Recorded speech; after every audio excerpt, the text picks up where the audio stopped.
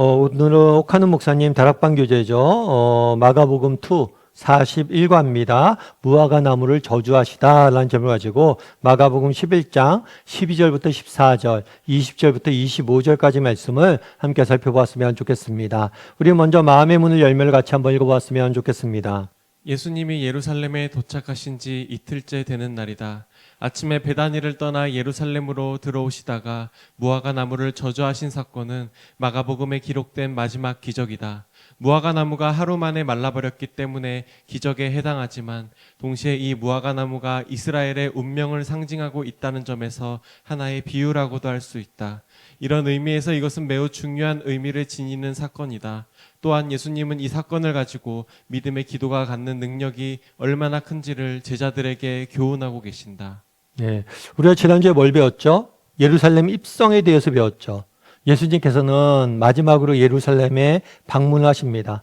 사실 예수님의 생애에는 생애 가운데 여러 번 예루살렘을 방문한 적이 있어요. 그런데 이번에 예루살렘에 방문하신 사건은 굉장히 특별히 다루고 있습니다. 평소에는 조용히 오시다가 이번에는 나귀 새끼를 타고 오시죠. 그럼 왜 이렇게 특별한 이벤트를 하시면서 오셨을까요? 그것은 이번이 마지막 예루살렘 방문이기 때문이에요. 그래서 이번 방문을 통해서 예수님은 십자가의 고난과 부활을, 죽음을 당하게 되는 거죠. 그래서 마지막 예루살렘 방문이었기 때문에 특별히 자신의 메시아임을 나타내기 위해서 나귀 새끼를 타고 방문을 하게 됩니다. 그래서 예수님께서 예루살렘에 입성하신 다음에 일주일 동안 어떤 일이 있었는지 성경은 자세히 소개하고 있어요. 오늘 본문이 그 첫째 날, 그러니까 입성하신 그 다음 날이죠. 둘째 날 어떤 일이 있었는지 우리가 배우게 되는 거예요.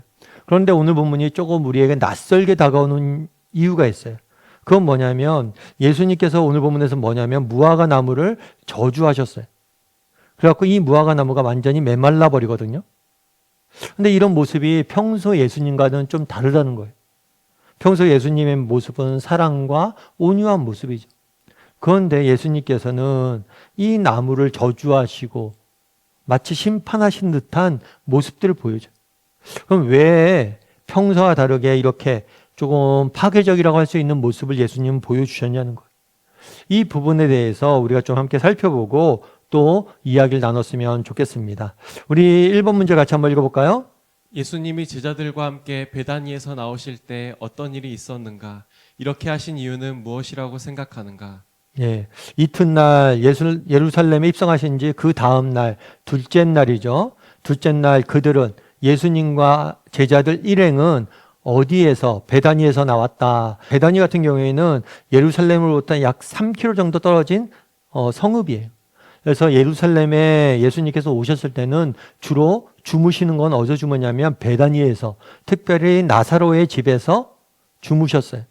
그래서 이 나사로의 집에서 주무셨는데 이 나사로 집에서 쉬셨다가 낮이 되면 예루살렘에 가셔서 일을 보시고 저녁에 오셔서 쉬시고 이렇게 했어요. 그런데 그날 이제 베다니에서 나사로 집에서 나와서 예루살렘으로 가고 있었어요. 그런데 뭐라고 표현되어 있냐면 예수님이 뭐 하셨다? 배고프셨다라고, 시장하셨다, 배고프셨다라고 이야기를 합니다. 여러분 성경에 보면 예수님은 하나님의 아들이세요. 그런데도 불구하고 인간의 몸을 입고 이 땅에 오셨다라고 이야기합니다. 이것은 인간의 몸을 입고 오셨다는 것은 코스프레.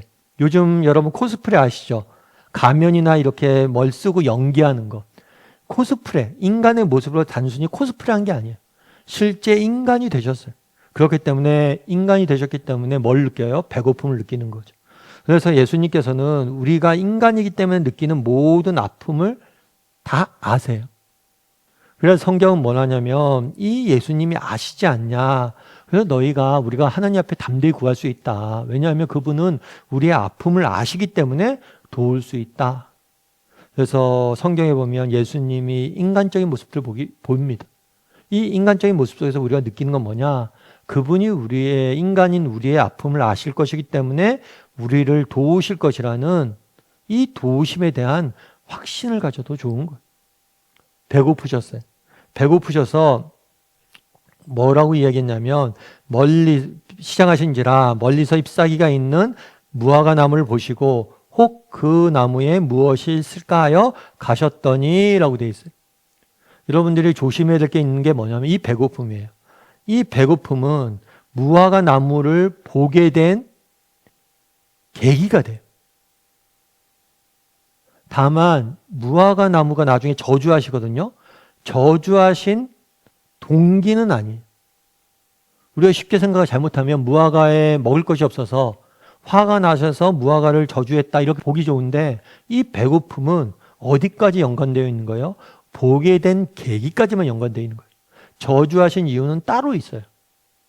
그래서 배고파서 저주했다 이렇게 생각하면 안 돼요. 배고파서 무화과 나무에 가서 보셨어요. 그런데 오늘 본문에 보면 이렇게 됐잖아요.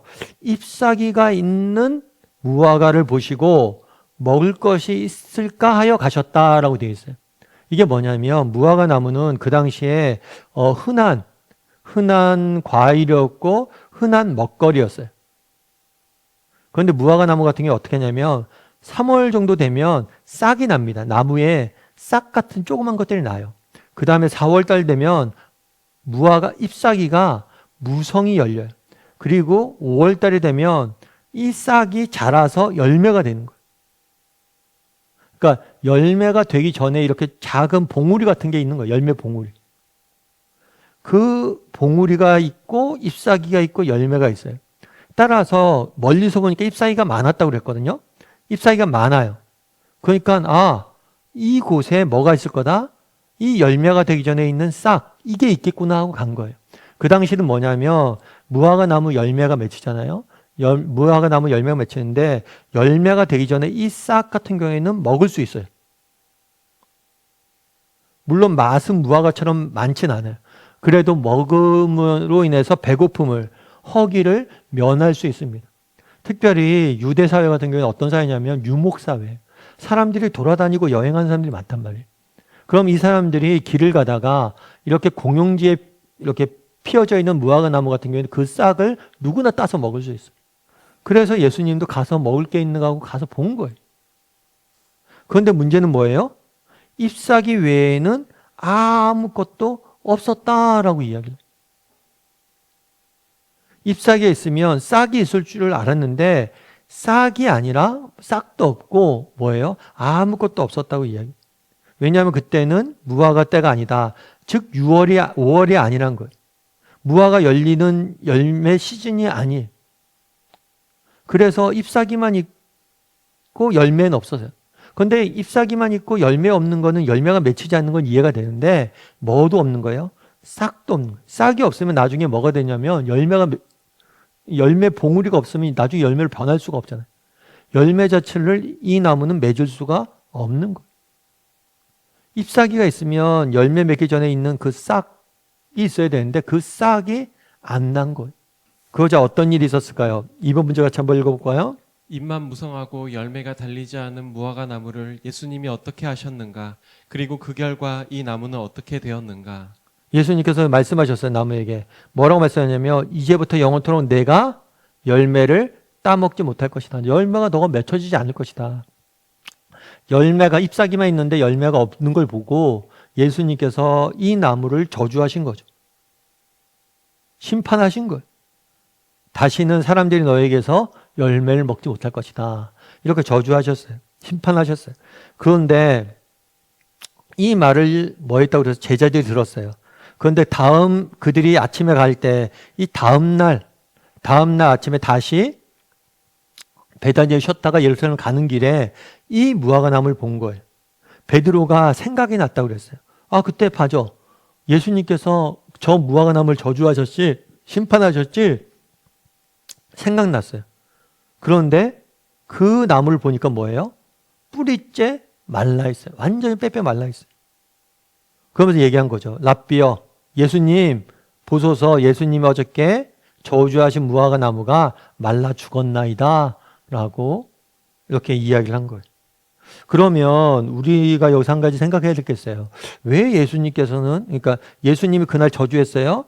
그대로 지금 실행된 것, 실현된 것을 우리는 보게 되는 거죠. 그러면 그날에 왜 예수님께서 이것들을 저주하셨냐는 거예요. 3번 문제 같이 한번 읽어볼까요? 본문에 등장하는 예수님의 언행은 다소 이상해 보인다. 당신은 4월로 무화과를 따먹으려면 적어도 6월은 되어야 한다. 따라서 그 나무에 무화과가 달려있을 리 만무했다. 본문에서도 열매가 달려있을 철이 아니라고 언급하고 있다. 그럼에도 불구하고 예수님이 무화과 나무를 저주하신 것이다. 예수님이 왜 그렇게 하셨을까? 각자의 생각을 말해보자. 예수님이 이렇게 하신 이유는 일종의 실물 교육이에요. 이 무화과 나무를 통해서 주고자 했던 메시지가 있었던 거예요. 전통적으로 무화과 나무는 이스라엘을 상징합니다. 그런데 이 무화과 나무가 지금 어땠어요? 잎사귀가 있어요. 잎사귀가 있는 걸 보고 예수님이 먹을 게 있는 게 하고 가서 봤다고 그랬잖아요. 잎사귀가 있으면 열매 맺기 전에 싹이 나와 있어야 되는데 이 싹 자체가 없는 거.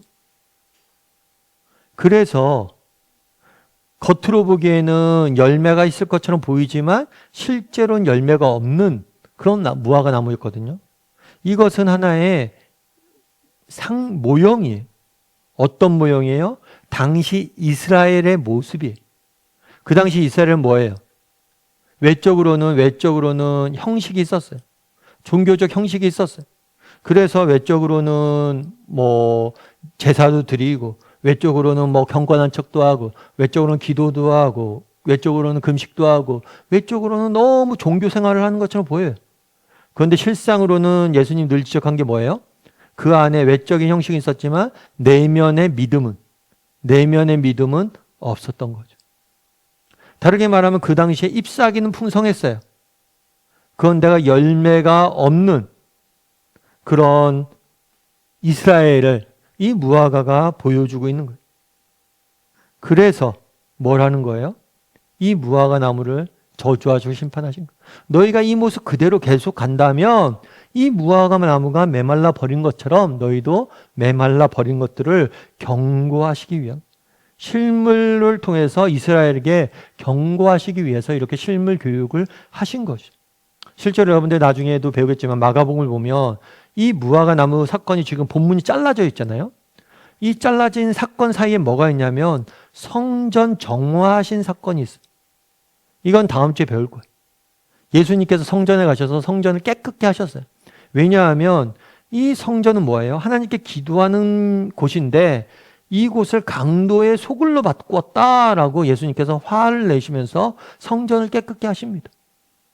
뭐냐면 정말 겉으로 보기에는 성전이고, 겉으로 보기엔 기도한 사람들의 집이고, 겉으로 보기엔 진짜 종교적인 장소 같아요.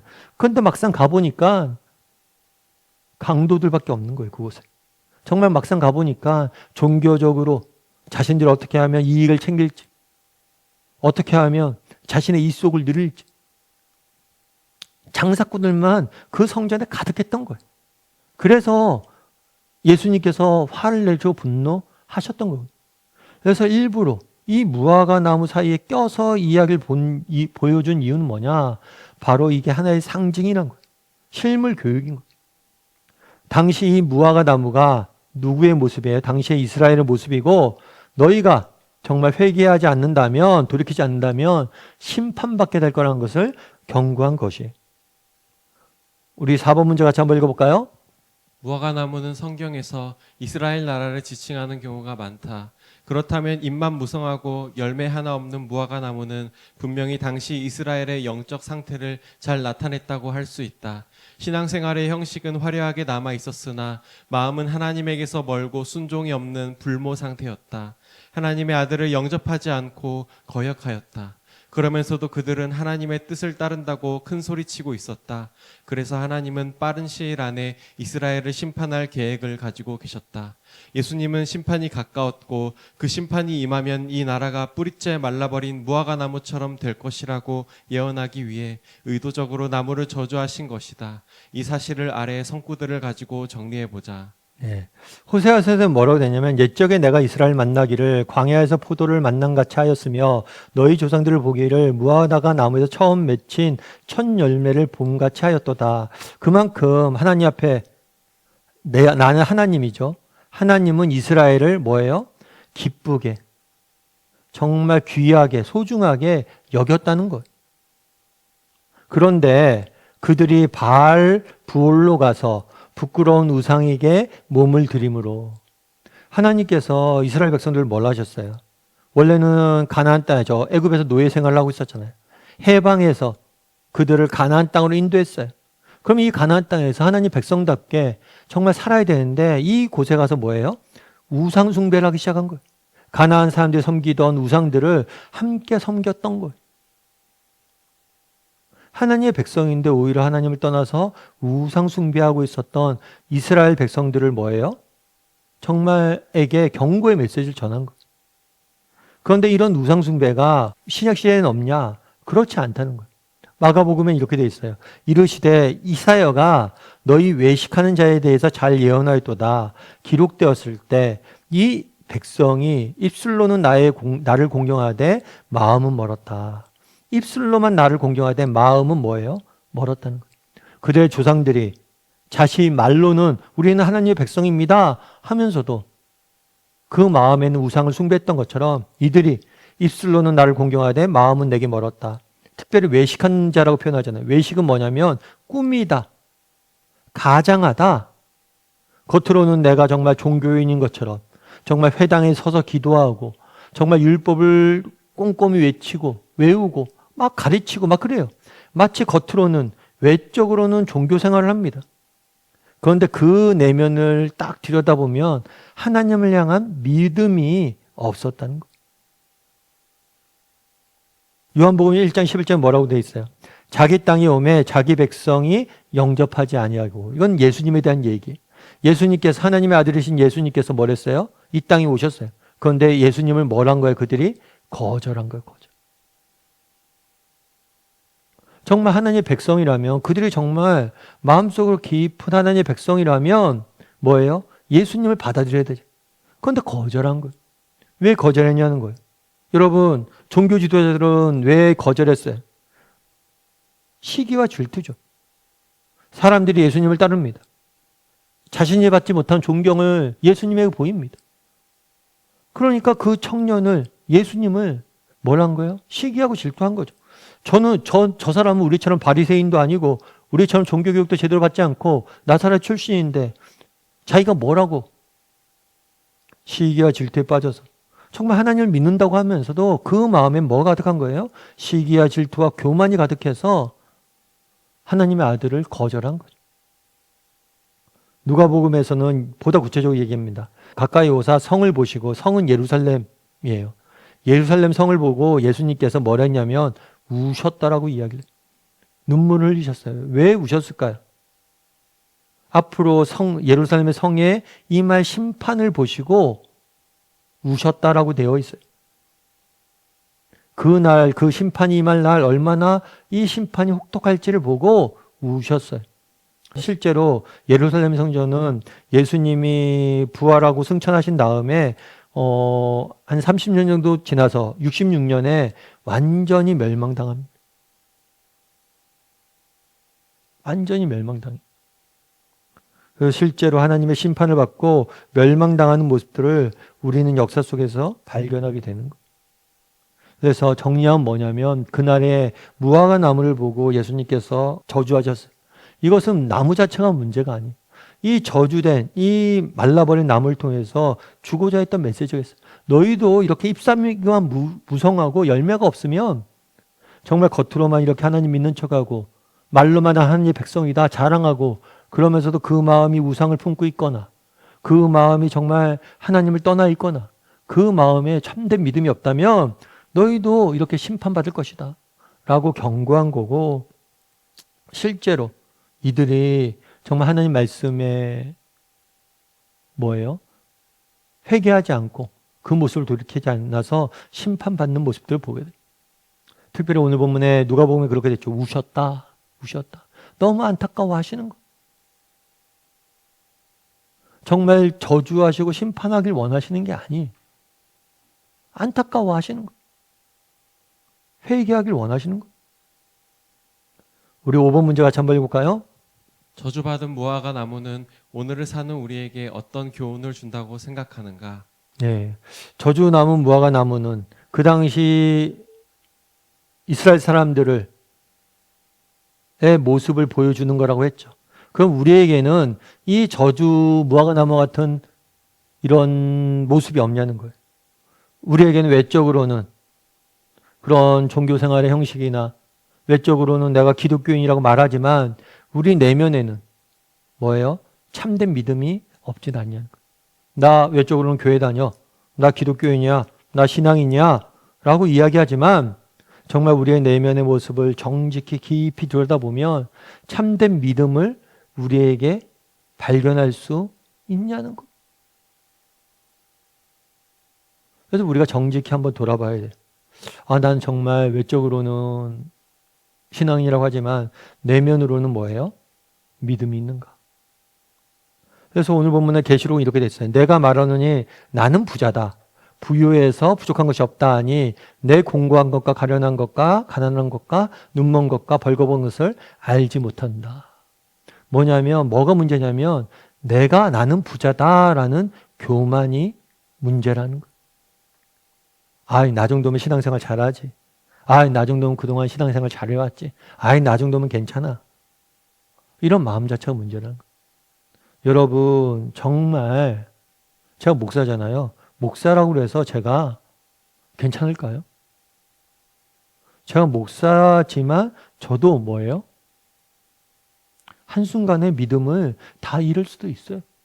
바울이 뭐라고 그래요? 내가 달려갈 길을 마치고 내 믿음을 지켰나니. 우리가 정말 주님을 만나는 날까지 뭐 해야 돼요? 정직히 정말 우리가 더 하나님 앞에 가까이 나가고 우리의 믿음을 굳건히 하기 위해서 노력을 해야 돼요. 여러분 마지막 날까지 전심은 노력을 해야 돼요. 여러분 가만히 있으면 우리가 늘 얘기하지만 신앙생활이라는 건 중립지대가 없습니다. 난 이 정도 했으니까 이제 그만해야지. 나 이 정도만, 이제 내가 그동안 열심히 교회 생활 열심히 했고 교회 봉사도 열심히 했고 내가 교회 다락방 생활도 열심히 했고 그러니까 나 이제 조금 이제 그동안 열심히 했으니까 조금 쉬어야지. 여러분 쉬어야지가 없어요. 쉬면은 가만히 그 상태에 있는 게 아니라 뒤로 물러나게 되는 거예요. 여러분 쉬고 내려놓고 정말 그러다 보면 뒤로 물러나게 돼요. 그래서 우리는 끊임없이 쉬는 건 안 돼요. 신앙에서 끊임없이 앞으로 나가야 돼. 끊임없이 달려가야 돼. 왜요? 그렇지 않으면 후퇴하기 때문이에요. 그래서 우리에게도 그런 모습은 없는지. 부자다, 교만한 사람이다. 이런 교만들이 없는지. 누가복음에서 뭐라고 이야기해요? 누가복음에 이건 뭐냐면 안식일 논쟁이에요. 안식일 날 예수님께서 뭘 했냐면 병든 자를 고치셨어요. 치료하셨어요. 그런데 왜 안식일 날 쉬지 않고 사람을 치료하느냐?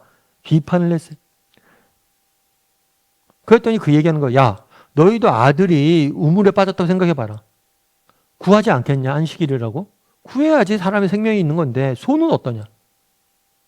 소보다 더 귀하지 않냐 사람이.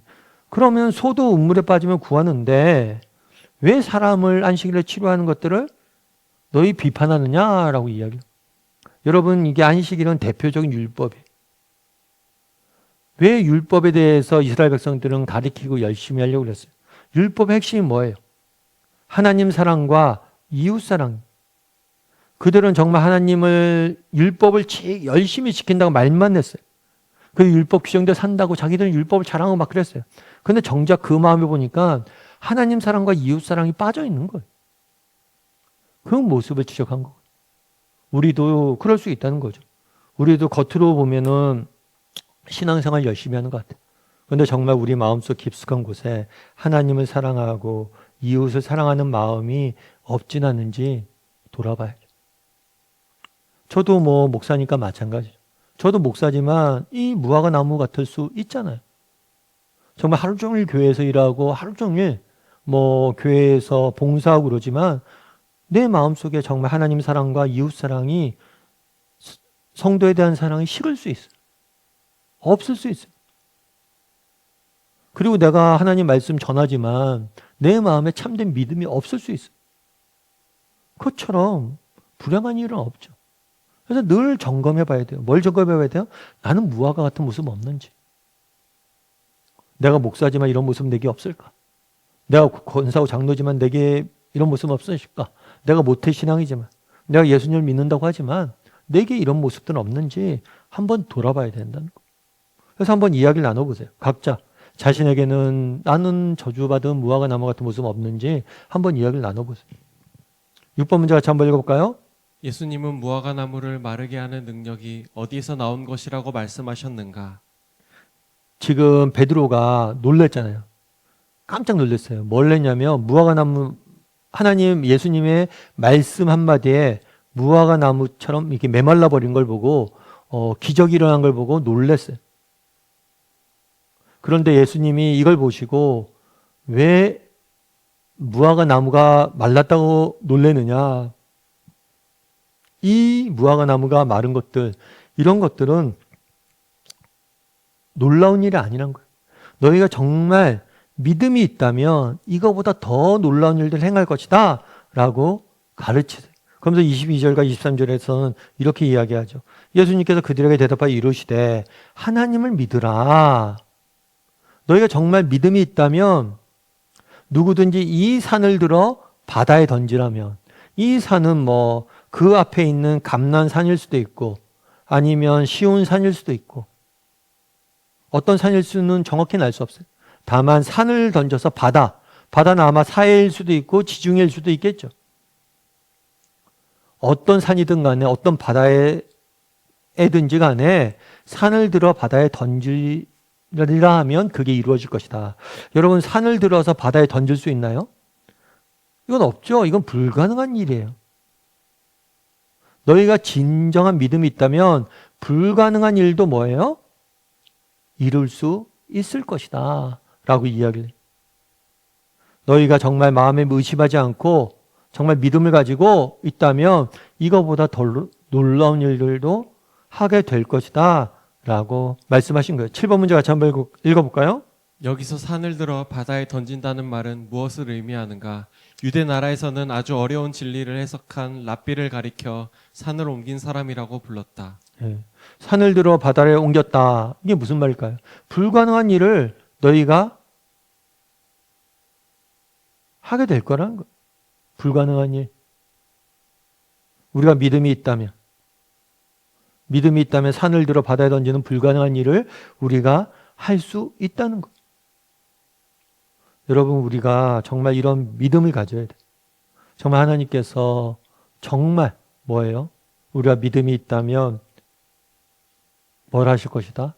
불가능한 일도 이 믿음을 통해서 행할 수 있다. 산을 들어 바다에 던질 수 있다. 여러분 정말 믿으세요?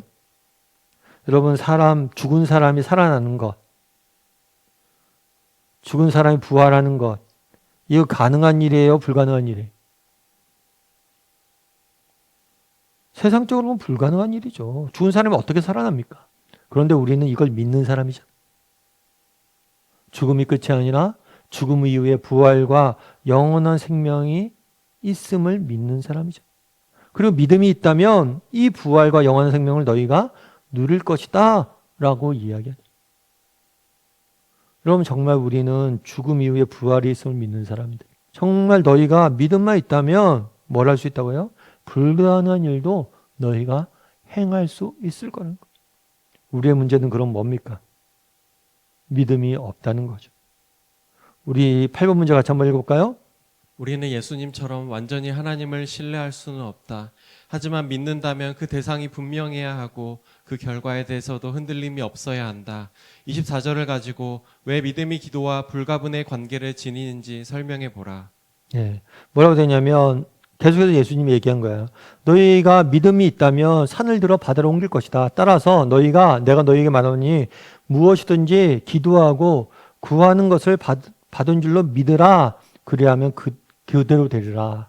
그래서 기도와 정말 믿음, 너희가 믿음을 가지라 라고 이야기합니다. 그리고 기도하고 믿음을 연관지어서 이야기해요.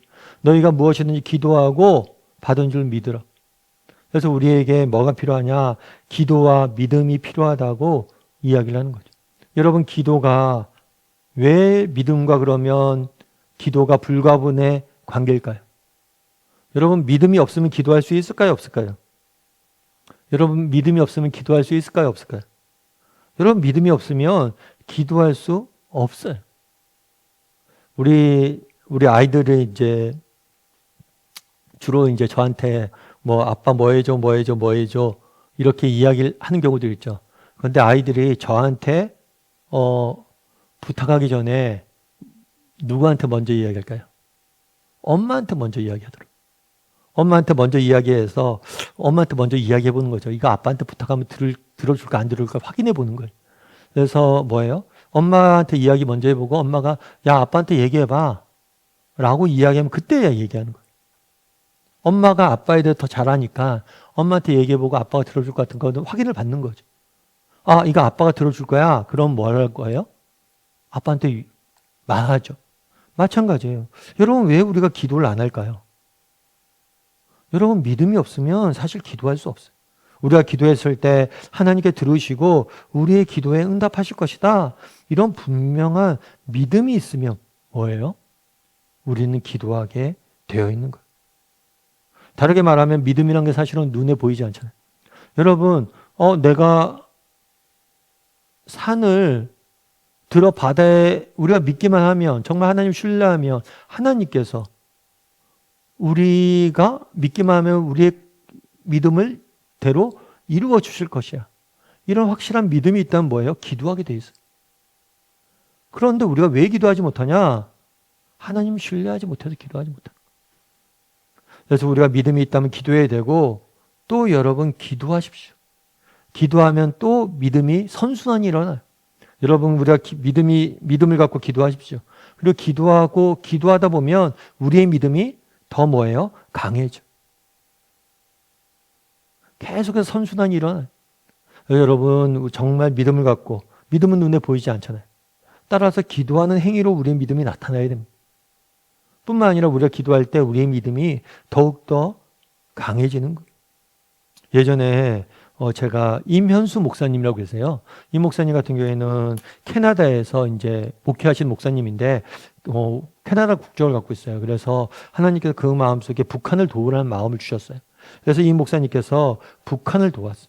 북한을 돕는데 한 번은 북한을 돕는데 그런 일이 있었대요. 한 번 북한 돕는데 북한 6.25 전쟁 때 탈북하신 할머니 한 분이 계셨어요. 그때는 젊었을 때 탈북을 했죠. 그러니까 남한으로 피난 내려왔죠. 그런데 남한으로 피난 내려오다가 그만 자녀들은 못 내려온 거예요. 그 어머니만 그냥 홀로단신으로 내려오게 된 거예요.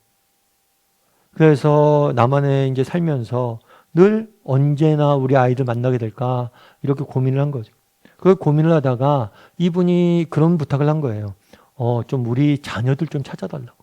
북한에 우리 애들 남아있는데 자녀들 좀 찾아달라고. 그런데 이 목사님이라도 북한에 가서 돕고 있긴 하지만 그렇게 자녀를 찾는 게 쉽진 않죠. 그런데 어느 날 이렇게 수소문 끝에 결국에는 알게 됐어요. 뭘 알게 됐냐면 원산에 있는 어떤 딸이 원산에 있는 A 여관을 하고 있다고. 그런데 이 여관을 하고 있는데 여관을 하고 있다는 걸 알게 된 거예요. 그러자 이 할머니가 이 목사님한테 부탁한 거예요. 목사님, 제가 부탁이 있는데 제가 이 돈을 그 사람에게 전달해 주고 싶습니다. 그런데 자기가 그걸 어떻게 전달해요? 갑자기 그날 원산으로 막 다닐 수 있는 나라가 북한은 아니잖아요. 그래서 그 할머니 하도 부탁해서 돈은 받아놨는데 전달할 방법은 막막했대. 근데 한 번은 자기가 무슨 공장 짓는 문제 때문에 평양을 간 적이 있었어요. 근데 평양을 간 적이 있었는데 그 북한 공안에서 당국에서 이번에 오신 분들 수고하시는데 우리 금강산 관광 한번 갑시다 하고 해서 금강산 관광을 가면서 원산 지역을 들릴 적이 있었대. 머물게 됐대. 근데 특별히 원산을 했는데 공산당에서 숙소를 잡아야 되잖아요. 그런데 그 원산에 있는 A라는 여관을 숙소로 잡은 거예요. 그러니까 놀랍게 기적같이 그 딸을 만나서 돈을 전달해 줬다는 이야기를 하는 거예요. 그러면서 그 목사님이 그 얘기를 쭉 하면서 무슨 얘기를 하냐면 자기는 기도의 능력을 믿는다고. 어떻게 내가 그렇잖아. 내가 그곳을 찾아간 것도 아니고 그 여관을 내가 마음대로 잡을 수 있는 것도 아니고 북한 공산당이 폐쇄된다 하잖아. 어디 갈 수도 없어요. 마음대로. 그런데 자연스럽게 그곳에 가게 하신 게 결국에 그 할머니가 50년 동안 기도한 결과였다고. 그러면서 자기는 기적을 정말 하나님 앞에 기도하는 것들의 능력을 자기는 믿는다고 이야기를 하시더라고요. 실제로 그분도 그랬어요. 그분도 나중에 정말 북한에 강제 억류가 됐어요. 그리고 900일 이상 950일 가까이 북한의 강제 체류가 됐어요. 구금이 됐어요. 감옥에 갇혀서 언제 죽을지 몰랐어요. 많은 사람들이 그 목사님 못 살아온다고 이야기를 했어요. 그런데 하나님께서 그 목사님을 구해주셨고. 여러분, 우리가 말이 쉽지 950일 동안 정말 그곳에 갇혀서 믿음을 지키는 게 쉽지가 않아요. 50년 동안 아이를 위해서 기도하고 정말 만난 날을 위해서 기도하고 소망을 갖는 게 쉽지가 않아요. 그럼에도 불구하고 정말 그렇게 기도하자가 하나님이 이루어 주시죠. 기적 같은 방법으로 이루어 주셨다. 여러분, 믿음을 가져야 돼. 그리고 기도해야 돼. 그리고 정말 우리가 기도할 때 정말 이 산을 들어 옮길 것이다. 하나님께서 옮기게 하세요. 뿐만 아니지요. 여러분 정말 우리의 기도에 대해서 확신을 가지세요. 우리가 기도한 것 나는 잊어버릴지 몰라. 나는 잃어버릴지 몰라. 하지만 우리 하나님은 기억하세요. 그리고 때가 되면 다 갚으세요. 그것이 원리, 하나님 나라의 원리. 정말 여러분 왜 우리가 이런 은혜를 맛보지 못합니까? 기도하지 않아서 그래요. 여러분 기도하세요. 그날의 무화과 나무를 통해서 주어졌던 메시지는 뭐냐는 거예요. 정말 우리가 믿음을 갖고 기도하면 이루어질 수 있다는 거예요. 9번 문제 같이 한번 해볼까요? 무엇이든지 믿고 구하면 그대로 된다는 말씀도 사실은 조건적이라는 것을 알 수 있다. 25절을 가지고 이 사실을 설명하라. 이렇게 돼 있죠. 서서 기도할 때 유대인들 서서 기도하는 것은 그 당시 유대인들이 자주 하는 기도 방식이에요. 그대로 우리는 기도할 때 뭐 앉아서 기도하거나 뭐 주로 그렇게 하죠. 그런데 유대인들 주로 서서 기도했어요. 서서 기도할 때 뭘 했냐면 아무에게나 혐의가 있거든 용서하라. 그러니까 아무에게나 내가 기도하는데 누군가가 나한테 해를 끼쳤다거나 나에게 잘못을 했거나 이로 인해서 내가 피해를 받았거나 그래서 내 마음에 정말 그로 인해서 상처와 분노가 있다면 그런 것들 품고 있지 말고 용서하라 라고 이야기를. 그러면서 하늘에 계신 너희 아버지께서도 너희 허물을 사하여 주시리라 라고 이야기. 이게 무슨 얘기냐. 사실은 그런 거잖아요. 우리가 기도를 하나님 앞에 하잖아요. 여러분 기도할 때 우리가 어떤 자격이 있어서 기도하나요? 정말 우리가 하나님 앞에서 하나님 정말 우리 아이들이 잘 됐으면 좋겠습니다. 이거 구한단 말이에요. 이 구하는데 이게 거래가 아니잖아요. 하나님 제가 이런 것 해줄 테니까 하나님께서 저한테 이거 주세요. 이렇게 거래가 아니잖아요. 그냥 하나님 저희 거래가 아니라 그냥 달라는 거죠. 기부잖아요. 일방적으로 은혜로 달라는 거잖아요. 베풀어 달라는 거잖아요. 자격이 아니라. 그렇다면 너희가 나한테는 이렇게 거저달라고 이야기를 하면서 은혜로 달라고 이야기하면서 다른 사람에게는 너희도 은혜를 베풀고 기부해야 되지 않겠냐 이렇게 이야기하시는 거예요. 그리고 보다 본질적으로는 배경을 알아야죠. 계속해서 지금 뭘 비판하고 계신가요? 외식. 너희가 믿음이 있다고 하면서 왜 믿음이 있다고 말을 하면서 그 내면에는 사랑도 없고 정말 용서도 없고 그래 되겠냐. 너희가 기도한다면 기도에 걸맞는 삶을 살아라 이렇게 이야기하는 거예요. 여러분 우리가 기도하잖아요. 하나님께 용서를 구하잖아요. 그럼 우리도 누군가를 용서하려고 노력을 해야 되는 거 아니냐 이렇게 이야기하는 거예요. 그래서 여러분 기도는 하나님한테 구하는 자리입니다. 기도는 우리의 믿음을 나타내는 자리예요. 뿐만 아니라 이 믿음은 보이지 않잖아요. 이 믿음은 보이지 않기 때문에 기도라는 형식을 통해 나타나야 돼요. 뿐만 아니라 우리는 기도했다면 뭐예요? 기도한 대로 살기 위해서 노력할 줄 아는 사람이 돼요. 여러분 우리가 하나님 앞에 용서를 구했습니까? 그럼 우리가 누군가를 용서해야 되고 용서받은 사람처럼 살아야 돼요. 여러분들 정말 하나님 앞에 어떤 소원함, 꿈을 가지고 기도했습니까? 그럼 그 꿈을 이루기 위해서 노력해야 돼요. 우리가 정말 기도했다면 기도에 걸맞는 삶을 살아야 돼. 삶을 살기 위해 노력해야 돼. 믿음이란 건 그런 거예요. 여러분 믿음이 마음속에 있지만 우리가 정말 진정한 믿음이 있다면 믿음이 삶을 통해서 드러나야 된다. 삶의 열매가 얻으면 같이 한번 읽어볼까요? 예수님의 말씀을 종합해 보면 믿음과 기도 그리고 필요한 조건 이상 세 가지는 우리가 어떤 응답을 받기 위해 반드시 갖추어야 할 것임을 알 수 있다. 당신에게 이 세 가지 가운데 가장 문제가 되는 것은 무엇인가? 무엇이 기도 응답에 제일 큰 방해가 되는지 솔직하게 이야기해 보자. 예. 우리에게 믿음이 있는지, 기도하고 있는지, 또 믿음과 기도에 걸맞는 삶을 살고자 노력하고 있는지, 이 세 가지 중에서 뭐가 부족한지, 셋 다 부족하면 셋 다 부족하다고 얘기해도 되고요. 뭐가 내게 부족한지 각자 좀 이야기 나누고 또 붙잡고 기도하는 시간이 되었으면 좋겠습니다. 그래서 오늘 본문 보면서 무화과 나무와 같은, 우리에게는 무화과 나무와 같은 그런 모습은 없는지 한번 점검해 보시고, 또 정말 예수님께서 주고자 했던 교훈은 뭐예요? 무화과 나무를 통해서 우리에게 그런 모습 없는지 점검해 보고, 또 정말 믿음을 갖고 우리가 기도한다면 정말 이 산을 들어 바다에 던질 수 있다. 우리에게 그런 믿음이 있는지, 그런 믿음으로 기도하고 있는지, 또 그 기도와 믿음에 걸맞게 살고자, 삶을 살아가고자 노력하고 있는지 한번 점검해 보는 시간이 되었으면 좋겠습니다.